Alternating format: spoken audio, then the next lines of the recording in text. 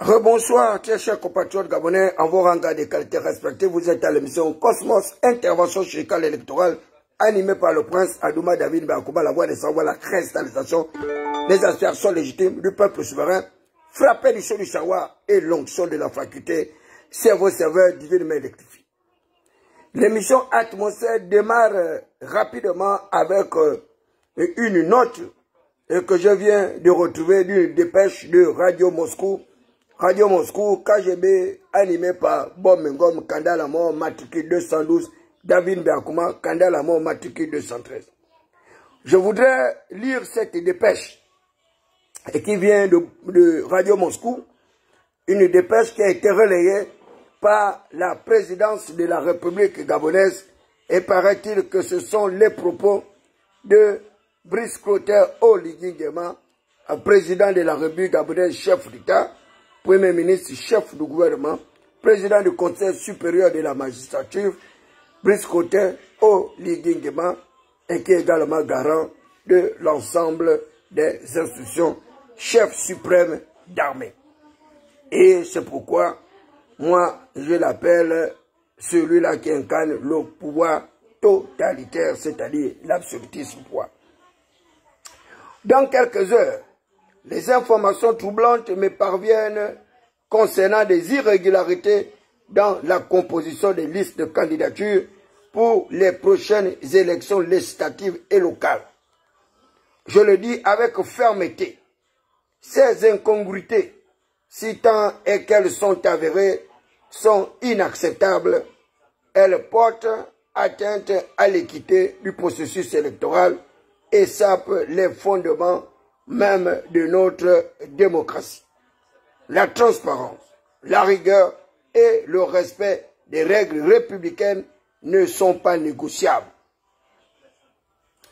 J'en appelle donc aux autorités compétentes et qu'elles assument pleinement leurs responsabilités avec diligence et impartialité pour garantir la régularité et la crédibilité de cette étape cruciale. Notre démocratie ne saurait être affaiblie par la négligence ou l'opacité.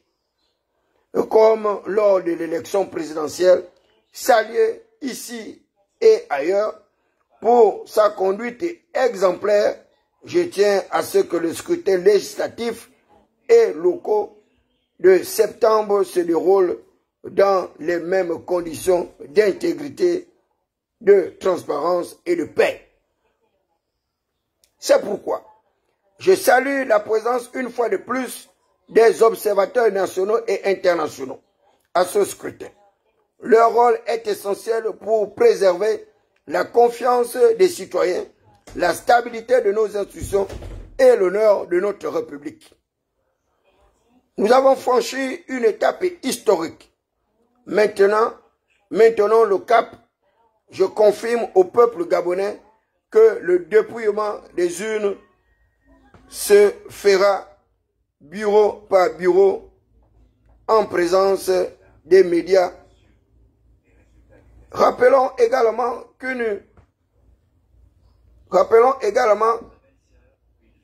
qu'une nuit électorale sera organisée pour la circonstance. Défendons notre démocratie avec force, clarté et responsabilité, dixit Brice Clotaire Oligui Nguema, président de la République, chef d'État. Ces propos sont relayés actuellement sur la toile, mais je voudrais tout de même faire une interprétation particulière des propos de Brice Clotaire Oligui Nguema, et qui voudrait bel et bien que l'élection législative et locale à venir puisse se passer dans un climat de transparence, dans un climat de lutte contre l'opacité, mais également de lutter contre un certain nombre de désagréments. Je voudrais déjà saluer la pertinence de l'exercice de ce processus qui a été bien encadré par l'actuel ministre de l'Intérieur, c'est-à-dire notre très jeune diplomate Herman Imongo Régis, qui a organisé l'élection présidentielle en toute parfaite responsabilité, et quand bien même il y a eu également plusieurs compatriotes gabonais qui avaient fait l'objet d'un certain nombre de rejets de leur candidature et que d'autres avaient été fortement écartés depuis la construction de notre loi fondamentale, à savoir les jeunes de 18 ans à 35 ans, mais également les vieillards de plus de 70 ans et autres. Je le rappelle pour que la communauté nationale internationale puisse, ce n'est pas se laisser distraire par certains propos tapageurs, voire même mensongers, où on voudrait faire croire à l'opinion publique que l'actuel ministre de l'Intérieur serait celui-là qui serait à l'origine des forces centrifuges qui empêcheraient ce processus-là de pouvoir s'organiser en toute transparence, en toute responsabilité. C'est un gros tissu de mensonges dès lors que les propos du chef d'État actuel sont pratiquement en antinomie, en opposition avec ce qui se fait par sa propre formation politique, c'est-à-dire l'Union démocratique des bâtisseurs. Où plusieurs candidats ont d'ailleurs vu leur candidature non pas être rejetée par le ministère de l'Intérieur, mais tout simplement écartée par les responsables de l'Union démocratique des bâtisseurs, qui ont tout simplement éradiqué certains têtes de liste et qui avaient d'ailleurs reçu l'approbation des plus hautes autorités qui est le président Nabi, qui est d'abord le responsable des bâtisseurs. Malheureusement, on a vu d'autres personnages apparaître dans ce processus électoral. Je ne voudrais pas rentrer dans l'analyse justement des candidatures des bâtisseurs parce que cela m'importe peu, mais je sais quand même qu'il y a des circonstances administratives où certains noms ont disparu. Et d'ailleurs, suivez mon regard du côté du 5e arrondissement à la commune de Libreville et un peu partout sur l'ensemble du territoire. Donc, c'est le parti politique de Brice Cotto Oligui-Nguema et qui évolue en toute opacité. Et d'ailleurs, la preuve en est faite où, du côté de Ngouni, d'ailleurs, le candidat du Parti démocratique gabonais n'a pas d'adversaire. Et c'est une situation que j'ai décriée hier. Comment est-ce que le chef de l'État veut promouvoir la démocratie pluraliste et en même temps, dans sa propre circonscription administrative et territoriale, son parti n'est pas capable de présenter des candidats pour s'affronter justement à Jeannot Kalima, qui est le candidat du Parti démocratique gabonais. Il faut que le chef de l'État soit conséquent avec ce qu'il dit et que son discours soit un discours qui ne soit pas aux antipodes de ce qu'il dit. Il s'agit de préserver nos valeurs démocratiques, comme il le dit. Il s'agit de faire en sorte que la démocratie pluraliste soit vécue par le plus grand nombre de compatriotes gabonais. Mais c'est le propre parti de Brice Cotto Oligui-Nguema qui est le premier à engager des compromis et des compromissions avec le Parti démocratique gabonais. Et c'est une situation inacceptable. C'est une situation qui détruit les véritables fondements d'une valeur démocratique de notre pays. C'est le parti de Brice Cotto Oligui-Nguema qui aujourd'hui suscité des candidatures uniques sur l'ensemble du territoire, dans certaines circonscriptions administratives et territoriales. Et d'ailleurs, dans certaines zones, le Parti démocratique gabonais est en lien d'affinité, est en lien d'intimité avec l'Union démocratique des bâtisseurs. Des compromis et des compromissions qui sont en train de plomber la véritable saine compétition électorale qui devait se dérouler sur l'ensemble du territoire. Et pourtant, dans certaines circonscriptions administratives et territoriales, eh bien, on a laissé cours à ce jeu de compétition pour que le meilleur puisse émerger. Et c'est le cas d'ailleurs pour moi de saluer ce qui se passe du côté de Ndende, où nous avons deux grands mastodontes qui vont s'affronter pour le contrôle de cette ville, pour le siège des députés de cette ville. Je voudrais donc saluer Mei Moussi, qui est d'ailleurs ministre, qui n'a pas refusé, qui n'a pas fui la compétition, qui est aujourd'hui engagé dans une espèce de bataille électorale contre son propre oncle, c'est-à-dire celui-là que vous connaissez bien, Yves Fernand Mafumbi.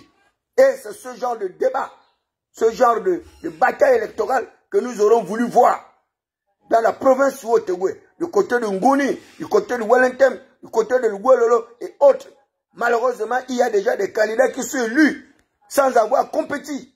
Des candidatures uniques dans une démocratie pluraliste à laquelle nous avons souscrit plein de sacrifices. C'est une honte, une désolation. Donc les propos du chef de l'État ne concordent pas avec la réalité qui est vécu sur le terrain. Et ses propos sont diamétralement opposés avec son orientation, avec ce que fait son parti politique. Et le chef de l'État, sachant bien qu'il sait tout, qu'il voit tout, il entend tout, eh bien, c'est pas à la dernière minute, à la fin de cette opération de vérification des candidatures, qu'on va venir nous pondre ce discours totalement aux antipodes de la véritable réalité des faits. C'est une autre forme de manigance, une manipulation honteuse, une manipulation que le plus grand nombre de Gabonais ne peut pas accepter. Le chef de l'État, son parti politique doit être un exemple. Son parti politique aurait dû présenter les 145 députés sur l'ensemble du territoire avec l'ensemble des autres listes. Or, ce n'est pas le cas. Il a choisi de présenter des candidatures dans des faux fiefs, favorisant ainsi le Parti démocratique gabonais de Blaise Louembé, avec qui sa formation politique s'est coquinée à travers une alliance incestueuse, une alliance virulente et infecte qui aujourd'hui menace la démocratie gabonaise. Donc, ce discours qu'on vient de pondre là, eh bien, c'est un discours qui, en réalité, ne sert qu'au chant d'alouette. C'est un discours, à la limite, qui ne peut pas être considéré par le plus grand nombre de compatriotes gabonais. Sachant bien que le parti politique du chef de l'État est celui-là qui commence à faire le désordre. Et non ceux qui sont en train d'organiser le processus électoral. Et d'ailleurs, le ministre de l'Intérieur, depuis qu'il est à ce poste-là, il arrive à faire son travail avec responsabilité et avec respectabilité. La preuve, il avait pris une mesure pour faire en sorte que les délégués actuels au sein de nos conseils municipaux et départementaux puissent clairement dire devant l'opinion publique qu'ils allaient être candidats pour libérer le poste et garder leur neutralité. Malheureusement, cet arrêté du ministre n'a jamais été respecté jusqu'aujourd'hui. Nous avons des délégués spéciaux de la période transitoire qui sont candidats et qui sont toujours en poste. Et c'est une situation que nous devons décrier. L'actuel ministre, je dis même l'actuel ministre, l'actuel délégué spécial de la commune de Libreville, le maire actuel est candidat. Et sur quelle base il continue à être maire de l'hôtel de ville? Sur quelle base? Alors qu'il y a un arrêté où le ministre avait déjà clairement défini que les maires qui sont engagés dans le processus ne doivent pas poursuivre cette mandature-là en étant au poste de responsabilité de ces différentes mairies et qu'il fallait les remplacer. On va les remplacer à quel moment? Dans quelques semaines, nous allons rentrer dans le processus électoral. Pourquoi ces gens-là sont en même temps juges et partis? Pourquoi sont-ils encore en poste jusqu'aujourd'hui? Le maire de Libreville, les maires des différents arrondissements qui sont engagés dans le processus de renouveler notre classe politique, le processus d'être député, d'être maire et autres, ces maires en réalité doivent être remplacés par des personnalités politiques qui sont neutres, qui ne sont pas engagées dans le processus pour arriver à une véritable transparence électorale, pour arriver à une espèce de crédibilité de tout ce que nous sommes en train de faire. Or, ce n'est pas le cas aujourd'hui. Donc, le discours qui est produit par le chef de l'État actuel, c'est un discours aux antipodes de la réalité, un discours qui ne reflète pas le bon sens ou la raison qui est la chose au monde la mieux partagée. Et je voudrais m'insurger par rapport à ce discours, manifester mon mécontentement, mon désarroi, parce que c'est une autre espèce de manipulation. Une manipulation inacceptable. Donc, ce n'est pas à la fin, justement, de l'évaluation des candidatures, après avoir annoncé par des voies médiatiques les différents candidats dans le journal de l'Union, qu'aujourd'hui, on va nous dire que le processus semble être biaisé. Qui est celui qui est en train de biaiser ce processus-là? Quels sont les membres qui sont de vouloir biaiser ce processus? Et nous savons tout ce qui se passe. C'est pourquoi je l'ai dit avec force et fracas, et je le répète. C'est une vieille loi et que tout le monde connaît. À beau chasser le naturel, il revient toujours au galop. Et d'ailleurs, lorsqu'on veut noyer son chien, on l'accuse de rage. Il n'y a pas une meilleure organisation actuelle comme celle qui est faite par le ministre de l'Intérieur. Dans des conditions difficiles, avec la pression, avec tous ces ménopausés politiques, ces sexagénaires sans base législative qui veulent une fois de plus faire main basse sur notre démocratie pour vouloir la manipuler. Donc, le ministre actuel de l'Intérieur fait convenablement son travail. Et il y a une commission électorale, des commissions d'arrondissement, des commissions provinciales et autres, jusqu'à la commission nationale. Le ministre ne joue qu'un rôle de superviseur. Donc, il n'y a pas de raison de vouloir accuser le ministre actuel de l'Intérieur d'être à l'origine des péchés de qui que ce soit. Ce compatriote a bien organisé l'élection présidentielle dans un climat de paix, de partage et de développement. Alors, il serait souhaitable qu'on puisse laisser le jeune ministre exercer ses prérogatives de puissance publique afin que nous ayons des élections apaisées dans une parfaite transparence électorale pour que le meilleur puisse émerger. Donc, ces chants de sirènes qui veulent une fois de plus manipuler l'opinion en voulant faire croire que le rejet de certaines candidatures serait justement organisé par le ministre de l'Intérieur, eh bien, c'est un tissu de mensonges et c'est une situation que nous ne devons pas accepter. Et d'ailleurs, je vais revenir sur les propos du chef d'État. Excusez-moi, je souffre de la myopie et essaie davantage accélérer. Donc, je vois pas assez bien. Mais je vais une fois de plus relire cette dépêche qui me vient de Radio Moscou, du disque de Bob Mangom, et candidat à la mort, matricule 212, David Mbeakouma, candidat à la mort, matricule 213. Ce sont les propos qui sont relayés actuellement sur la toile, les propos du chef d'État, son Excellence Brice Clotaire Oligui Nguema. Il dit ceci qui veut dire corriger, enseigner, convaincre et instruire d'après l'émission Cosmos, intervention fiscale, électorale et judiciaire, animée par le prince Adouma, David Mbeakouma, la voix des sans-voix, la cristallisation des aspirations légitimes du peuple souverain, garant de toute légitimation du pouvoir, candidat, premier siège, 3e arrondissement à la commune de Libreville, pour le renouvellement de notre chambre bicaméra. Depuis quelques heures, des informations troublantes me parviennent concernant des irrégularités dans la composition des listes de candidatures pour les prochaines élections législatives et locales. Ce sont les propos du chef d'État, président de l'Union démocratique des bâtisseurs. Je le dis avec fermeté, ces incongruités, si tant est qu'elles sont avérées, sont inacceptables. Elles portent atteinte à l'équité du processus électoral et sapent les fondements même de notre démocratie. La transparence, la rigueur et le respect des règles républicaines ne sont pas négociables. Le respect des règles républicaines ne sont pas négociables avec les candidatures uniques dans ta propre circonscription administrative et territoriale, en Ngoni et dans plusieurs autres localités où vous avez déjà des députés déjà élus sans avoir compétit. Comment justifier une telle possibilité? Dans une démocratie pluraliste, avec la pluralité des formations politiques, comment est-ce qu'on peut trouver encore des candidatures uniques? Au niveau de Ngoni, c'est que la propre circonscription administrative du chef de l'État. Si le chef de l'État veut promouvoir la démocratie, eh bien, c'est à partir de la province du Haut-Togo qu'il aurait montré suffisamment d'exemples. Jeannot Kalima aurait dû avoir également un adversaire de l'Union démocratique des bâtisseurs. Parce que c'est une formation politique, il n'y a pas de raison que l'Union démocratique des bâtisseurs ne puisse pas présenter des candidats dans la province du Haut-Togo du chef de l'État et particulièrement en Ngoni. Il est de même sur d'autres localités. En Dolou, où le PDG également, Jean-François Ndongo, président de l'Assemblée nationale sortant, est candidat unique. Où sont les candidats des bâtisseurs dans ces différentes circonstances administratives et territoires? Et il y a au moins 5 ou 7 comme ça.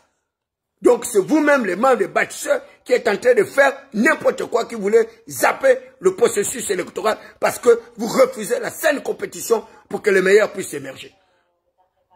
J'en appelle donc aux autorités compétentes et qu'elles assument pleinement leurs responsabilités avec diligence et impartialité pour garantir la régularité et la crédibilité de cette étape cruciale.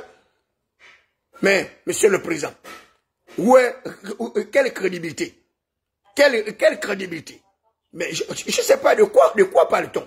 Hein? J'en appelle donc aux autorités compétentes qu'elles assument pleinement leurs responsabilités. C'est quoi les autorités compétentes?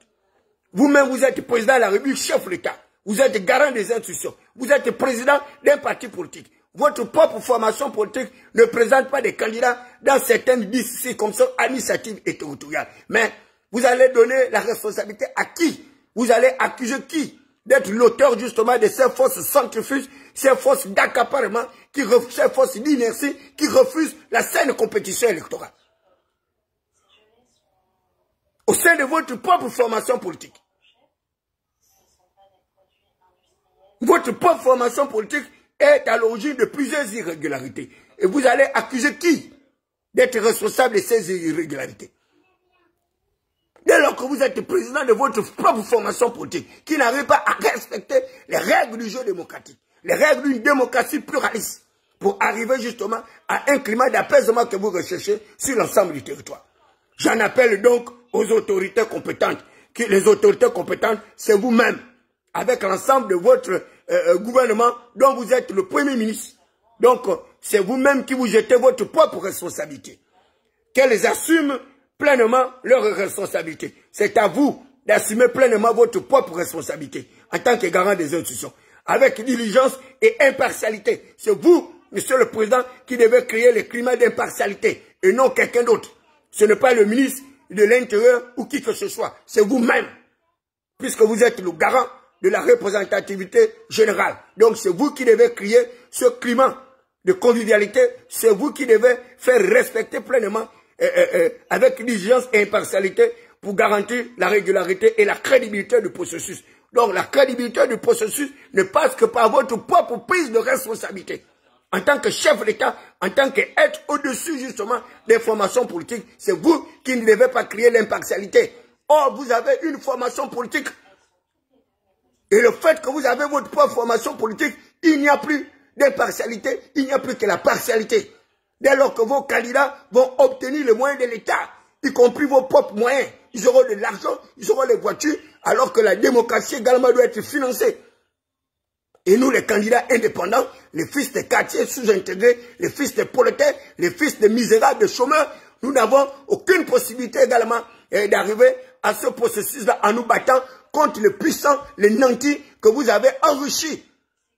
Et ce sont eux aujourd'hui qui sont en train de tout mettre en œuvre pour justement décrédibiliser notre processus électoral, pour vouloir nuire au ministre de l'Intérieur, le faisant passer pour celui-là qui serait à l'origine d'une tentative de déshabitation. Le ministre de l'Intérieur n'en est aucunement responsable. La responsabilité, elle est la vôtre en tant que chef d'État, en tant que président de la République, en tant que chef du gouvernement. Avec vos membres du gouvernement, le vice-président Séraphin Moundouga, avec Alexandre Barreau-Chamblé et autres. C'est votre responsabilité. Cette responsabilité n'incombe pas au menu fretin, aux autres administrés que nous sommes.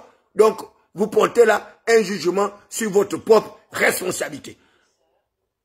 J'en appelle donc aux autorités compétentes que vous êtes et qu'elles assument pleinement leurs responsabilités, que vous êtes avec diligence, que vous êtes avec impartialité, que vous êtes pour garantir la régularité et la crédibilité de cette étape cruciale que vous êtes. Notre démocratie ne saurait être affaiblie par la négligence ou l'opacité. Donc, Monsieur le Président, vous faites là votre propre portrait, sinon votre propre gestion. Ce sont vos propres propos, ce n'est pas moi, je ne fais que les lire, tout en commentant certains, comme lors de l'élection présidentielle.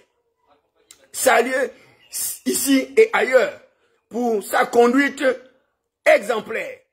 Je tiens à ce que le scrutin législatif et locaux de septembre se déroule dans les mêmes conditions d'intégrité et de transparence et de paix. Mais Monsieur le Président, l'élection présidentielle s'est passée pratiquement dans les mêmes circonstances, dès lors qu'il y a eu plusieurs candidatures qui ont été rejetées. La candidature de Jean-Rémy Ama avait bel et bien été rejetée. Et il a tout fait pour que sa candidature soit maintenue. Malheureusement, elle n'a pas été maintenue. Et aujourd'hui, nous retrouvons encore les mêmes écueils. les mêmes incongruités où la candidature de Jean-Rémy Yama, avec ses différentes listes, paraît-il, ont une fois de plus été rejetées dans la province de Logouelolo. Et il y a plusieurs de ces illégalités, mais ces illégalités incombent à qui? On ne va pas dire que c'est le ministre de l'Intérieur, parce qu'il y a un organe indépendant qui est le fruit de votre réflexion lors du dialogue national. Et c'est cet organe chargé de l'examen au préalable de toutes les candidatures avant leur publication. Donc, il faut que les gens assument la responsabilité de leurs actes. Ce n'est pas la peine de vouloir noyer le jeune ministre de l'Intérieur après avoir accompli sa tâche avec méticulosité, avec responsabilité, avec respectabilité, et que ce soit lui aujourd'hui qu'on voudrait jeter en pâture, comme le mouton blanc. Non. À un moment donné, il faut apprendre à respecter le travail des autres.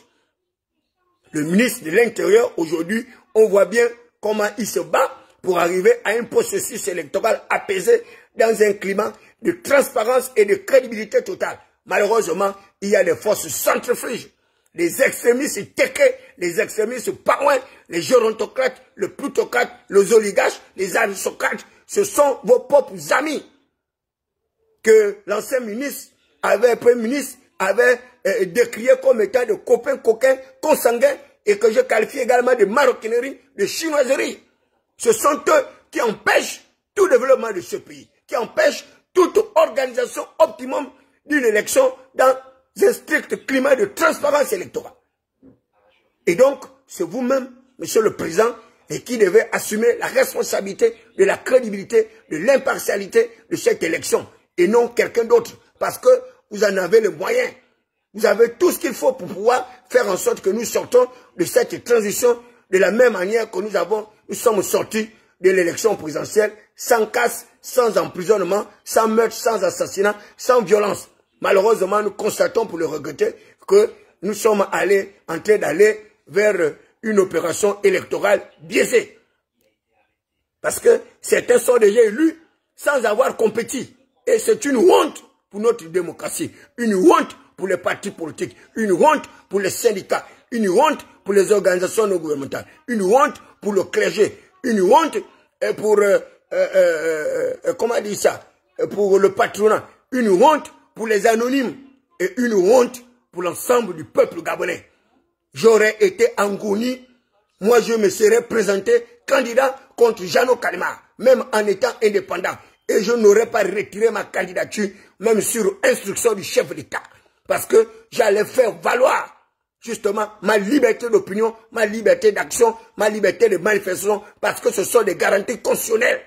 Mais dès lors que dans votre propre localité, il y a des préférences, il y a la partialité, eh bien, ce n'est pas ailleurs où vous allez exiger une certaine normalité, une certaine conformité. Donc ce discours est aux antipodes de la réalité qui est vécue par le peuple gabonais. Ce discours est totalement déphasé avec votre propre doctrine, votre propre philosophie à l'intérieur de votre propre formation politique. L'Union démocratique des bâtisseurs n'a pas organisé les primaires. Tous les candidats de l'Union démocratique des bâtisseurs ont été imposés avec des choix irrationnels, des choix qui sont totalement sortis d'une véritable raison éclairée. Et je vous le dis, cette bataille électorale-là ne se passera pas comme certains entendent qu'elle puisse se passer. Vous avez de l'argent, vous avez les voitures, vous avez tout. Nous, on n'a rien, mais on a au moins notre bouche qui va nous servir de voix retentissante. Et c'est pourquoi j'appelle les électeurs gabonais qui avaient été déguerpis comme des sauvages, comme des primitifs, de ne pas voter pour les candidats de l'Union démocratique des bâtisseurs. Faites battre ces candidats. Et faites battre également certains candidats du Parti démocratique gabonais qui vous ont manqué de respect, qui vous ont humilié, qui vous ont fragilisé, qui ont fait de vous ce que vous êtes aujourd'hui, en vous faisant vivre dans la pauvreté, dans la misère. Pendant ce temps, eux, ils vivent dans l'opulence. Et ils exaltent d'ailleurs cette opulence avec vergogne, avec ténacité, avec mépris, avec arrogance. C'est vous qui êtes le souverain. Apportez-leur la preuve que vous êtes capable de renverser cette tendance-là. Je suis David Mbakoma, je suis candidat dans le 3e arrondissement la commune de Libreville, premier siège. Je vous invite de voter pour moi, de ne pas voter pour le candidat des bâtisseurs, de ne pas voter pour le candidat du PDG. C'est l'heure également de la révolution électorale. Vous devez leur infliger une débâcle retentissante pour que ces gens-là vous respectent. Ne votez pas pour les maires qui ont cassé vos maisons. Ne votez pas pour les députés qui ont cassé vos maisons. Ne votez pas pour les ministres qui ont cassé vos maisons, qui vous ont jeté dans la rue, qui ont jeté vos parents dans la pauvreté, dans la misère. Et ces gens-là continuent. Vous devez arrêter cette destruction de vos familles en votant contre toutes ces personnes. Et je vous le recommande de voter contre ces gens-là pour que ces casses puissent s'arrêter, pour que ces gens-là retrouvent leur véritable état de nature sauvage et de primitif. Comme lors de l'élection présidentielle, saluée ici et ailleurs, pour sa conduite exemplaire, je tiens à ce que le scrutin législatif et locaux de septembre se déroule dans les mêmes conditions d'intégrité et de transparence et de paix. Quelle intégrité? Où est l'intégrité? Quelle transparence dont le chef de l'État parle? Quel climat de paix? Lorsque certains regorgent du superflu et que d'autres manquent de nécessaire. Lorsque ce sont les mêmes tenanciers du pouvoir, ceux-là qui ont détruit l'économie de notre pays, qui ont détruit nos familles, qui ont désorganisé le système électoral de notre pays, qui ont détruit le fondement de notre humanité, le fondement de notre cohésion sociale, et ce sont les mêmes qui ont 3, 4 mandats à l'Assemblée nationale, qui sont reconduits pour une fois de plus arriver à exploiter la misère du peuple souverain, exploiter leur incrédulité spéculative. Je vous le dis, ça ne marchera pas cette année. Vous allez vivre une débâcle électorale et c'est très bien que vous arrivez justement à attirer l'attention de toutes les personnes. Comme lors de l'élection présidentielle, et saluer ici et là, ici et ailleurs, pour sa conduite exemplaire, je tiens à ce que le scrutin législatif et locaux de septembre se déroule dans les mêmes conditions d'intégrité, de transparence et de paix. C'est très bien, Monsieur le Président. C'est pourquoi je salue la présence une fois de plus des observateurs nationaux et internationaux. Nous avons encore en mémoire l'élection de 2009, de 2016 et autres, encore moins 2023, où il y a eu des observateurs nationaux et internationaux. Malheureusement, ça n'a pas empêché que nous ayons une élection assurée, avec le trafic de procès-verbaux, avec l'achat de conscience, avec toute la manipulation dont le processus a fait l'objet. Donc, ces phrases-là, nous n'allons pas nous laisser distraire. Nous sommes totalement concentrés. Et c'est pourquoi je salue la présence, une fois de plus, des observateurs nationaux et internationaux à ce scrutin. Ben, c'est tant mieux. Leur rôle est essentiel pour préserver la confiance des citoyens, mon Dieu, la stabilité de nos institutions, mon œil, et l'honneur de notre République. Quel honneur de la République? Quel honneur de la République? Je vous ai déjà pris des exemples très simples où le PDG refuse la compétition dans certaines circonstances administratives et territoriales, où l'Union démocratique des bâtisseurs refuse la compétition dans certaines circonstances administratives et territoriales. Pourquoi est-ce que l'Union des bâtisseurs se retrouve seule dans certaines circonstances administratives? Pourquoi le PDG se retrouve seul dans certaines circonstances administratives alors que la réalité c'est que sur les 145 sièges de députés, l'Union démocratique des bâtisseurs doit présenter 145 candidats aux législatives. Et l'Union démocratique des bâtisseurs doit également présenter autant de listes sur l'ensemble du territoire. Pourquoi vous ne le faites pas? Vous êtes un parti présidentiel. Le chef de l'État est garant des institutions. Est-ce que ce sont les moyens qui manquent à votre parti de présenter des listes de candidatures partout sur l'ensemble du territoire? Donc, ne nous laissez pas distraire. Vraiment, ça ne marchera pas. Ça ne marchera pas. Alors, nous avons franchi une étape historique. Maintenant, nous avons franchi une étape historique. Maintenant, ce cap, je confirme au peuple gabonais que le dépouillement des urnes et des bureaux, c'est bien ça, le dépouillement des urnes se fera bureau par bureau en présence des médias. Le dépouillement des urnes se fera bureau par bureau en présence des médias. Rappelons également qu'une nuit électorale sera organisée pour la circonstance. Défendons notre démocratie avec force, clarté et responsabilité. Ces propos sont signés de Brice Côté Oligui Nguema. C'est une lettre que j'ai reçue de Radio Moscou, de KGB, de Bob Ngom. Excellent, Monsieur le Président de la République. Moi, je fais un vote par rapport à cette dernière déclaration où vous dites « Défendons notre démocratie avec force, clarté et responsabilité ». Excellence, Monsieur le Président de la République, la défense de cette démocratie passe également par le respect d'un certain nombre de garanties démocratiques. L'une des garanties démocratiques, eh bien, c'est la liberté de compétition. Cette liberté de compétition, vous la retrouverez également dans le statut général de la fonction publique. Ce statut qui parle de l'égale admissibilité de tous aux emplois publics. L'égale admissibilité de tous aux emplois publics. Et cette égalité aux emplois publics est également relayée, condensée dans la Déclaration universelle des droits de l'homme et du citoyen de 1789, auréolée par la lutte contre le privilège monarchique. La monarchie du roi Louis XIV qui caractérisait la personnification, la personnalisation, l'idéification et la patrimonialisation du pouvoir étatique. Louis XIV qui disait que l'État c'était lui. L'État n'a jamais été Louis XIV. L'État est une personnalité morale de droit public souveraine et territoriale, caractérisée par 3 éléments. L'ensemble des institutions qui représentent la puissance publique, le territoire sur lequel s'exerce la puissance publique et également la population. Donc, allez dire également au ministre du Commerce et autres industries et autres que le Gabon n'est pas le Bénin. Comme elle a ouï dire dans ses propos, le Gabon n'est pas le Bénin. Et le Bénin, ce n'est pas le Gabon. Lorsqu'elle dit que le Gabon c'est le Bénin c'est le Gabon, non. Et il faut éviter toute confusion. Nous n'avons pas été à la conférence de Yalta. Cette conférence qui a séparé l'Afrique en circonscriptions administratives et territoriales. Et aujourd'hui, on vous parle des élections locales, des élections territoriales, et vous dites que le Gabon, c'est le Bénin, vous voulez créer une confusion. C'est une confusion qui ne passera pas, Madame la ministre du Commerce et autres. Voilà, c'est la même problématique des papiers. Bissa Ngoubi, ils n'ont pas les papiers, nombreux n'ont pas les papiers. Et vous serez surpris par la jeunesse actuelle. La jeunesse actuelle est une jeunesse inflammable, une jeunesse combustible, une jeunesse au plutonium enrichi et ne se laisse plus distraire. Donc même le propos de Madame la ministre du Commerce sont des propos indigestes, infects et purulents. Parce que le Bénin, ce n'est pas le Gabon. Et le Bénin, c'est 14 millions d'habitants.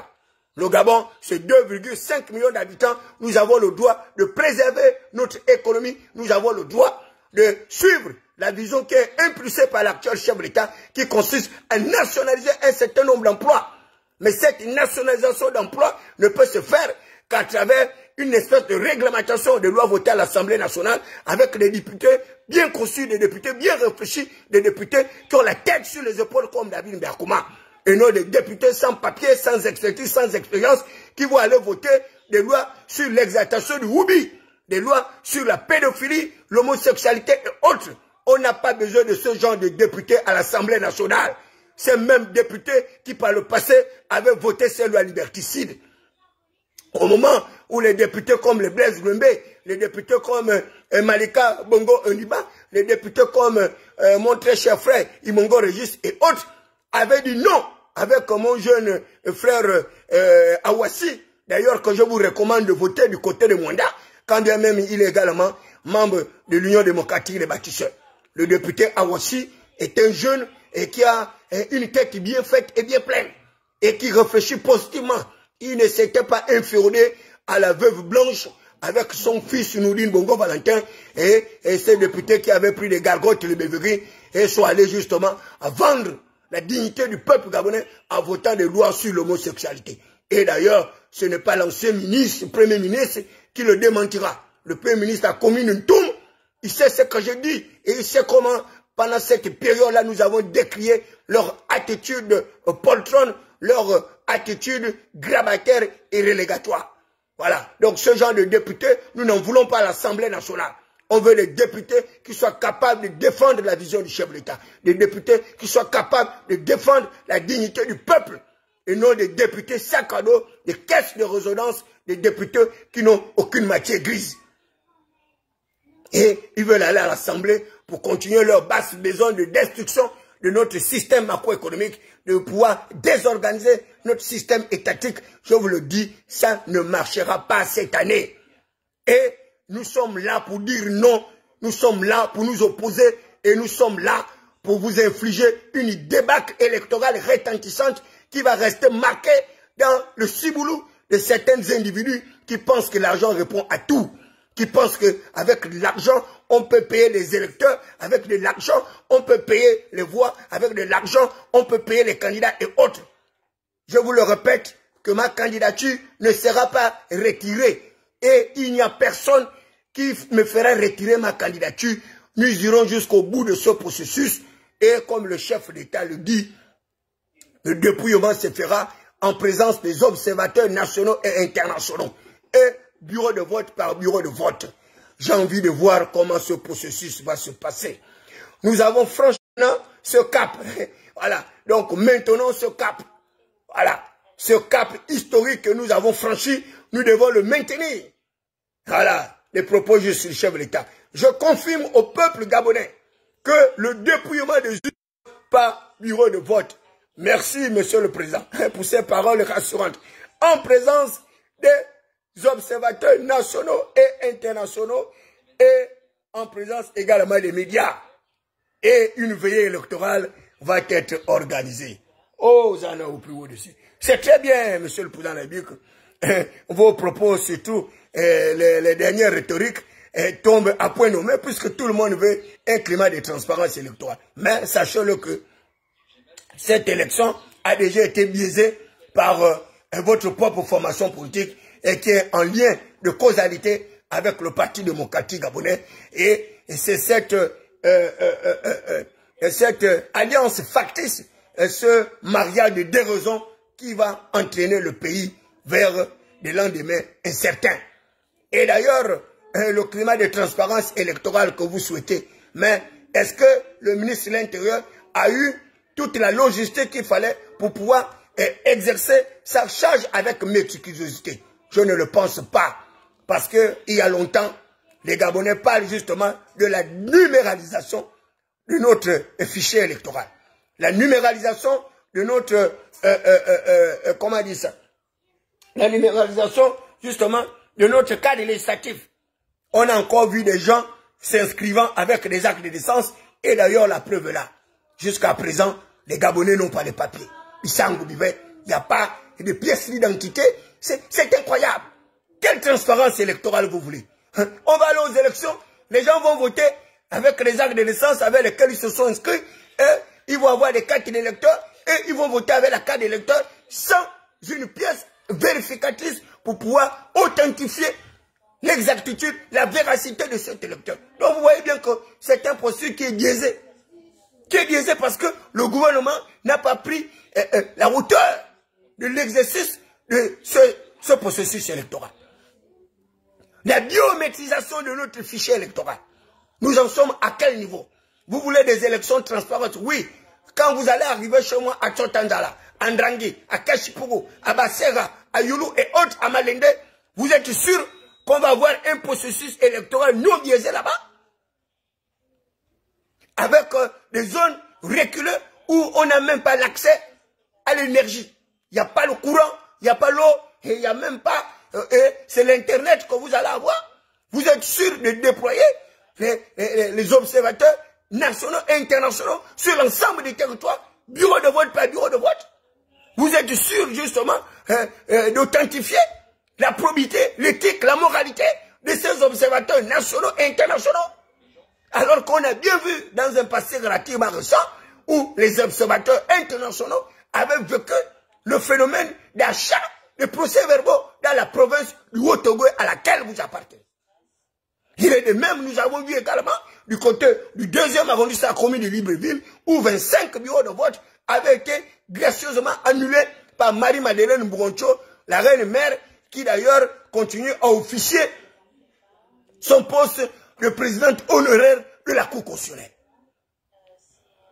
Donc, si vous voulez un processus électoral totalement engagé, en toute transparence électorale, il faut que vous-même vous impliquez personnellement. Or, ce n'est pas le cas.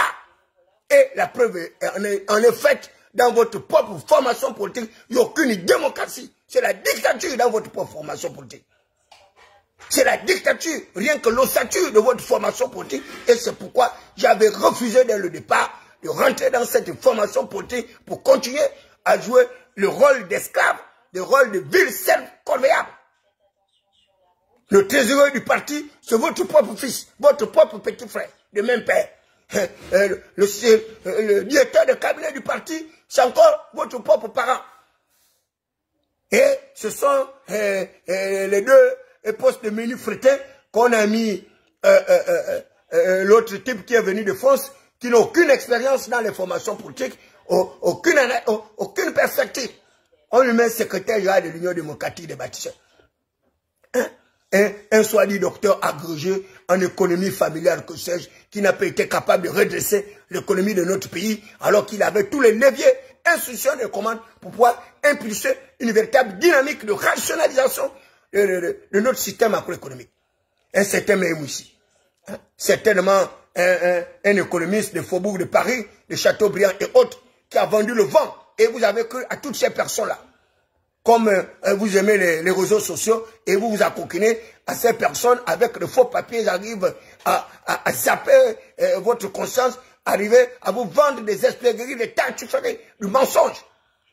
Voilà quelqu'un qui est poursuivi par l'État pour les détournements de fonds publics, soit dit par bande organisée. Ce n'est pas moi, David Ndakouma, qui le dit. Les médias en ont parlé, c'était au vu au su de tout le monde. Et il a été convoqué à la commission de lutte contre l'enrichissement illicite avec l'ancien ministre du budget. C'est devant tout le monde que cela s'est passé.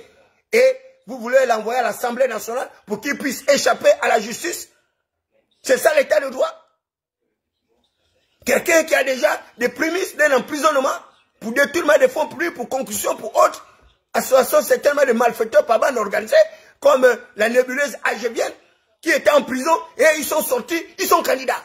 Et leur candidature est validée. Des repris de justice qui veulent être députés. Mais on est dans quelle république? La 5e république avec les mêmes tares de la 4e république. On a vu un Jean-Norbert Diramba, prisonnier sorti de la prison centrale de Libreville, reconverti en député dans la commune de Mila. Et j'étais témoin, moi, David Ndakouma. J'ai fait 1 an pour aller préparer cette élection du côté de Mila. Avec Alfred Mabika, ancien ministre du Commerce. Voilà, un autre, Mabiala, que vous avez récupéré. Un transfuge du Parti démocratique gabonais. Les gens qui se baladent comme ça de parti politique en parti politique. Il a quitté le Parti démocratique gabonais, il est allé chez Baro Chambrier. De chez Baro Chambrier, il a quitté là-bas, il est allé chez Nzouba. De chez Nzouba, il a quitté là-bas, il est maintenant chez les bâtisseurs. Un repris de justice. Un repris de justice. Devenu député de la 4e République. Et là, vous voulez encore, vous le remettez encore aux affaires.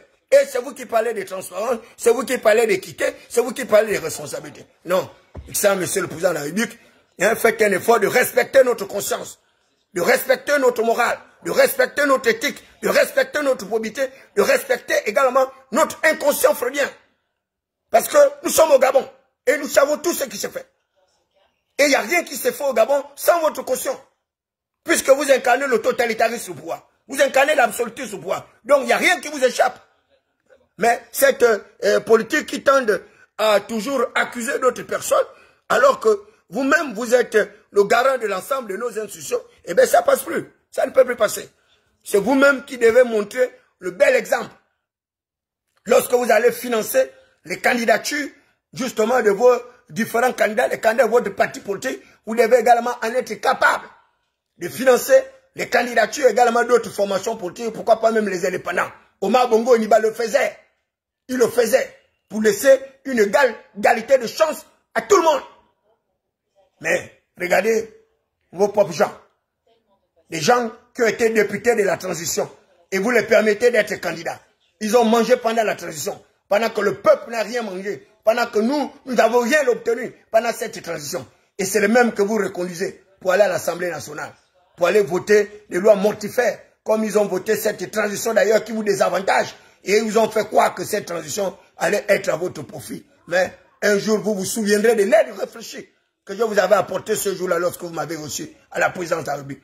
Mes propos retentiront dans votre conscience, dans votre subconscient. Et vous vous souviendrez de ce que je vous avais dit.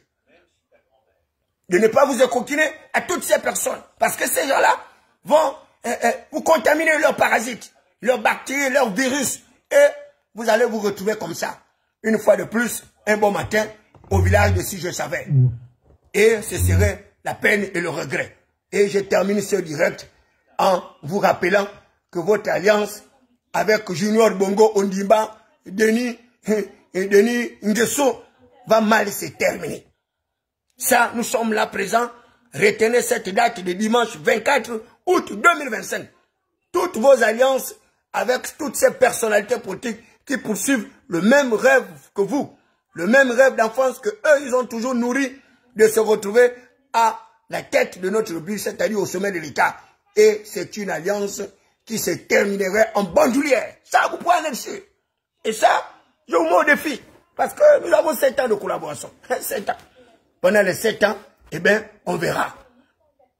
On verra. Je sais pertinemment que les nœuds vont se défaire. Et là, je voudrais saluer mon très cher frère, grand frère Jevonian, qui semble sortir d'un coma éthylique. C'est comme si il sortait d'une période de rêvasse, et qui a commencé déjà à dire, à chanter sur tous les toits, que le Gabon ne se limite pas au PDG 1 et au PDG 2, qui n'est rien d'autre que l'Union démocratique des bâtisseurs. Et il le dit aisément qu'il y a aussi d'autres compatriotes gabonais qui voudront apporter la pierre à l'édifice, défendre leur famille, défendre la patrie, défendre notre démocratie, défendre les fondements de notre vivre ensemble. Merci, camarade Javonian. J'espère que votre alliance avec le chef de l'État va continuer à perdurer même jusqu'à la fin du processus électoral à venir. Que vous allez mettre toute la justice qu'il faut pour défendre vos différents candidats. Voilà. Bravo et félicitations. Donc, félicitations à ma très chère et chaleureuse sœur Jocelyne Makitabi Chapi, du Parti démocratique gabonais, que je connais très bien, l'actuel délégué transitoire du 3e arrondissement à la commune de Libreville, l'actuel maire de Libreville qui fait un travail ô combien important dans la restructuration justement de cette circonscription administrative et territoriale. Et Jocelyne Makitabi Chapi, ma très sœur a fait le béaba comme David Mbiakuma. Voilà. Elle est partie d'un comité à une section, d'une section à une fédération, d'une fédération à un arrondissement comme moi, David Mbiakuma. Elle fut d'ailleurs secrétaire d'arrondissement, ensuite membre du conseil national. Donc, elle a suivi une trajectoire rectiligne. Et aujourd'hui, elle est tête de liste du Parti démocratique gabonais, dans le 3e arrondissement de la commune de Libreville. Voilà. Et bien heureux pour elle, parce que j'avais refusé de faire une liste de candidatures pour le contrôle de la mairie, pour ne pas gêner certains compatriotes avec qui j'ai des liens d'affinité, avec qui j'ai un certain respect pour leur engagement politique, patriotique et républicain. Donc Jocelyne Makita est candidate au compte du Parti démocratique gabonais, dans le 3e arrondissement de la commune de Libreville. Donc, mes très chaleureuses félicitations et très chère grande sœur, voilà. Bonne chance à vous, avec votre PDG de Blaise Louembe. Et bonne chance à Lassie Raoul, et qui est PDG également, ancien maire adjoint du 3e arrondissement à la commune de Libreville, qui va se frotter au cerveau de David Mbiakuma. Donc, cette élection, c'est une bataille rangée entre David Mbiakuma, Lassie Raoul, Elouan Zondo et Mervyn Ngonjo. Voilà les 4 protagonistes qui sont engagés dans cette bataille pour le contrôle de notre arrondissement, c'est-à-dire le 3e arrondissement, le siège névralgique du pouvoir central. Et je termine ce direct-là en appelant les forces de défense et de sécurité.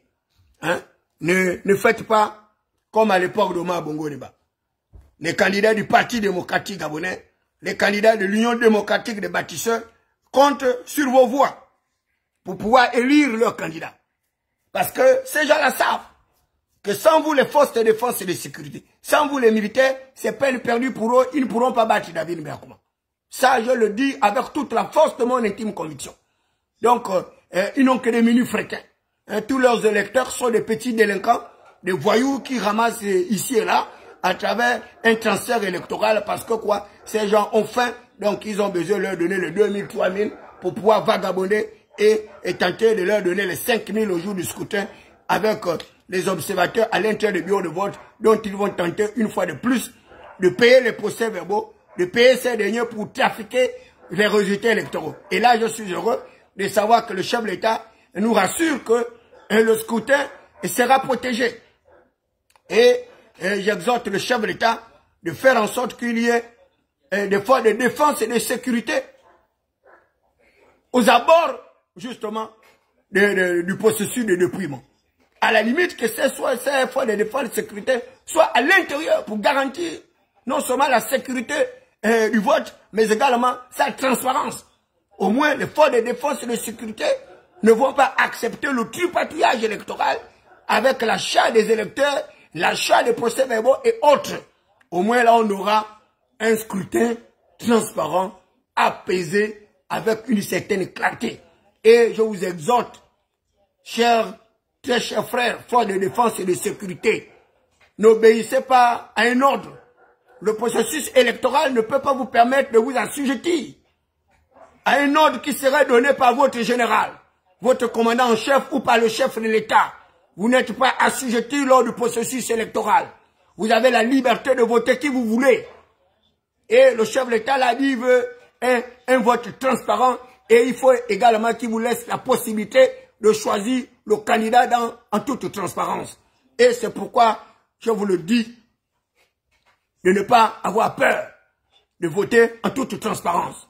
De toute la façon, la transition est en train de s'achever. Vous-même, vous pourriez faire le bilan de votre transition. Le bilan de ce que vous avez obtenu en termes matériels, en termes financiers et autres pendant cette période transitoire. Ce n'est pas à moi de faire le coup des avantages comparatifs de cette transition au regard de l'opulence, au regard du train de vie dispendieux de vos supérieurs hiérarchiques qui aujourd'hui peuvent se targuer d'avoir rejoint la nouvelle bourgeoisie émergente, d'avoir rejoint la nouvelle aristocratie émergente, d'avoir rejoint la même classe des riches, des nantis de notre nouveau pays. Donc ce sont les commandants en chef, disons-le clairement, les membres du CNT, le Conseil national de la transition, qui est constitué par ces commandants en chef de forces de défense et de sécurité. Ce sont eux qui sont bénéficiaires de cette transition. Vous, les forces de défense et de sécurité, eh bien, vous avez été victime du même sort, du même régime, de la même pestifération que David Beakouma. Par conséquent, vous avez la neutralité qui doit vous caractériser et vous devez voter en votre âme et conscience. Et dans le premier siècle du 3e arrondissement commune de Libreville, je sais combien vous êtes nombreux, combien vous êtes capables de faire basculer un scrutin du côté de l'école urbaine, l'école pilote.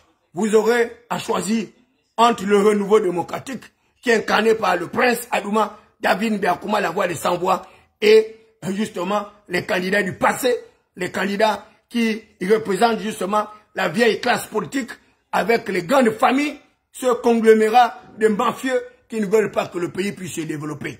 Avec David Beakouma, vous auriez la chance d'avoir un député à la dimension des espérances du peuple souverain. Vous avez la chance d'avoir un député comme David Beakouma qui soit capable d'accompagner Brice Clotaire Oligui-Nguema dans une véritable révolution macroéconomique, une révolution de notre croissance économique qui pourra essayer les hauteurs de 5 à 6% et non pas comme eux, il faut des fausses prévisions budgétaires où ils estimeraient une croissance totalement aux antipodes de la raison, soit dit à hauteur de 10%. C'est une utopie, c'est une mégalomanie, c'est une espéguerie, une commentaterie que nous ne pouvons accepter et laisser prospérer ce genre d'hérésie pour faire passer le chef de l'État pour celui-là et qui arrive à s'abreuver toutes ces fausses théories économiques qui n'ont rien à voir avec la réalité de ce qui se fait sur le terrain. Vous étiez à présence de David Beakouma, candidat déclaré au premier siège du 3e arrondissement à la commune de Libreville et président actif de la jeunesse insoumise, David Beakouma, qui est le cofondateur de la Ligue nationale des non-alignés, la 3e voie. Donc, je vous invite de faire le meilleur choix. Le meilleur choix, vous n'avez pas un autre choix que le choix de David Beakouma, parce que je suis la voix des sans-voix, je suis votre propre voix, parce que vous, les forces de défense et de sécurité, on vous appelle la grande muette. Vous êtes également victime de cette même oppression qui nous étouffe comme une chape de plomb. Il est possible également pour vous de sortir les amarres de ce monotype abject sauvage que nous avons rejeté depuis 1990 afin que vous puissiez embrasser la voie de la raison, la voie de l'émergence, la voie de la restauration de la dignité du peuple souverain, la voie de la restauration de nos différentes institutions dans un climat de paix, de partage et de développement avec une démocratie parfaitement apaisée, une démocratie qui soit le reflet de notre niveau d'émancipation, de notre niveau de culturalité, une démocratie qui doit nous permettre justement de lutter contre cette immigration sauvage qui aujourd'hui menace notre unité, menace notre concorde, menace le fondement justement de notre gabonité, de notre gabonité. Et je vous invite, très chers compatriotes gabonais, de ne pas vous laisser distraire.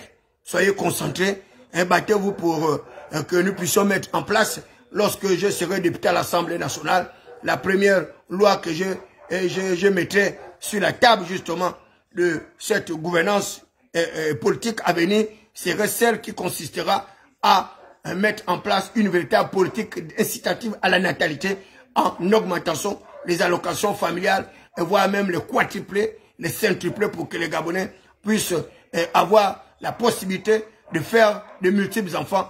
Et je ferai en sorte que des lois protectrices de la femme puissent être envisagées, lutter contre la contraception, lutter contre la stérilisation des femmes, lutter contre toutes ces méthodes qui font en sorte que le peuple gabonais n'arrive pas à s'émanciper, à s'améliorer, à augmenter sa population au kilomètre carré. Et c'est tous ces facteurs bloquants qui font en sorte que les étrangers arrivent à nous mépriser, à nous insulter, parce qu'ils pensent à tort ou à raison que nous sommes un petit peuple et qu'ils soient capables de nous envahir. Mais soyez-en rassurés, vous ne serez pas envahis par ces communautés qui sont autour de nous.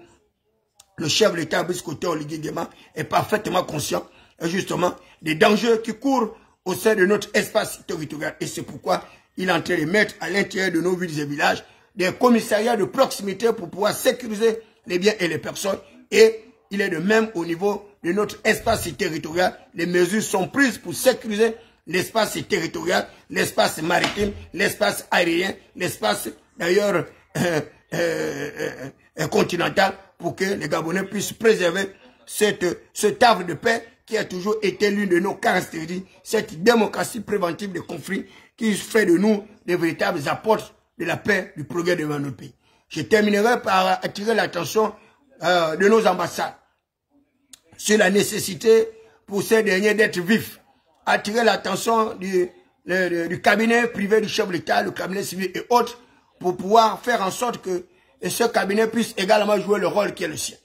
Il y a un compatriote gabonais qui se retrouve en France, qui a assassiné une jeune fille et qui a été victime d'une condamnation, mais qui malheureusement jusqu'à présent, Dieu seul sait là où se trouve son extradition.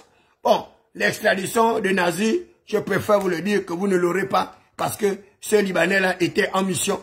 C'était certainement un agent infiltré du corpus libanais et qui a malheureusement infilé avec toutes les informations dont le peuple libanais cherchait.